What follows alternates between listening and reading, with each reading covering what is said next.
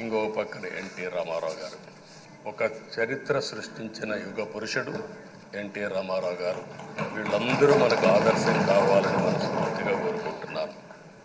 అందుకని ఈరోజు ఒక పక్కన చూస్తే చట్టసభల విలువ తెలిసిన వ్యక్తి అయ్యన్న పాత్రుడు గారు. అనేక సందర్భాల్లో ఒక్కోసారి ఆవేశాలు మెంబర్లో వచ్చాయి. అవన్నిట్లో మీరు కూడా భాగస్వాములుగా ఉన్నారు. కానీ ఈరోజు నేను కోరుకునేది మీ ఆధ్వర్యంలో రాజ్యాంగ స్ఫూర్తి నిలుస్తుందని, ప్రజాస్వామ్యాన్ని కాపాడతారని, ఈ సభ హోందాగా నడుస్తుందని దాంట్లో నాకు ఏమాత్రం అనుమానం లేదు. ఆ నమ్మకం ఉంది.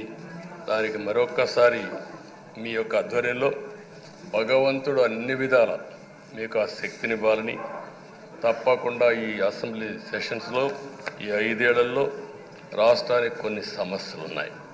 వాటి మీద ఎక్కువ మనం ఫోకస్ పెట్టాల్సిన అవసరం ఉంది.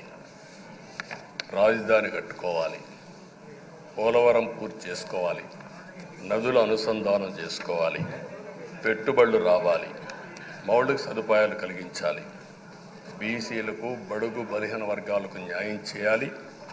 ఏది చేసినా పేదవాళ్ళ దృష్టిలో పెట్టుకొని ఈ అసెంబ్లీ చేసేటప్పుడు మీ అపారమైన అనుభవాన్ని మీరు ఉపయోగించుకొని ఈ సభను సక్రమైన దారిలో నడిపించడానికి మీరు దోహదం చేయాల్సిందిగా మిమ్మల్ని అందరినీ కోరుకుంటూ, ఈరోజు మీరేసే మీ ఆధ్వర్యంలో జరిగే చర్చలు 2047కి తెలుగు జాతి ప్రపంచంలోనే నెంబర్ 1గా ఉండడానికి, ఈ రాష్ట్రంలో పేదరికం లేని సమాజాన్ని నిర్మాణం చేయడానికి, ఆర్థిక అసమానతలు తగ్గించే దిశగా మన ప్రయాణం సాగడానికి పూర్తిగా మీ ఆధ్వర్యంలో సాగాలని చెప్పి కోరుకుంటూ, మరొక్కసారి మీకు భగవంతుడు అన్ని విధాల ఆయురారోగ్యాలు ఇచ్చి ఈ సభను సుజావుగా కార్యక్రమానికి శ్రీకారం చుట్టాలని కోరుకుంటూ మీకు నమస్కారం చేస్తున్నాను.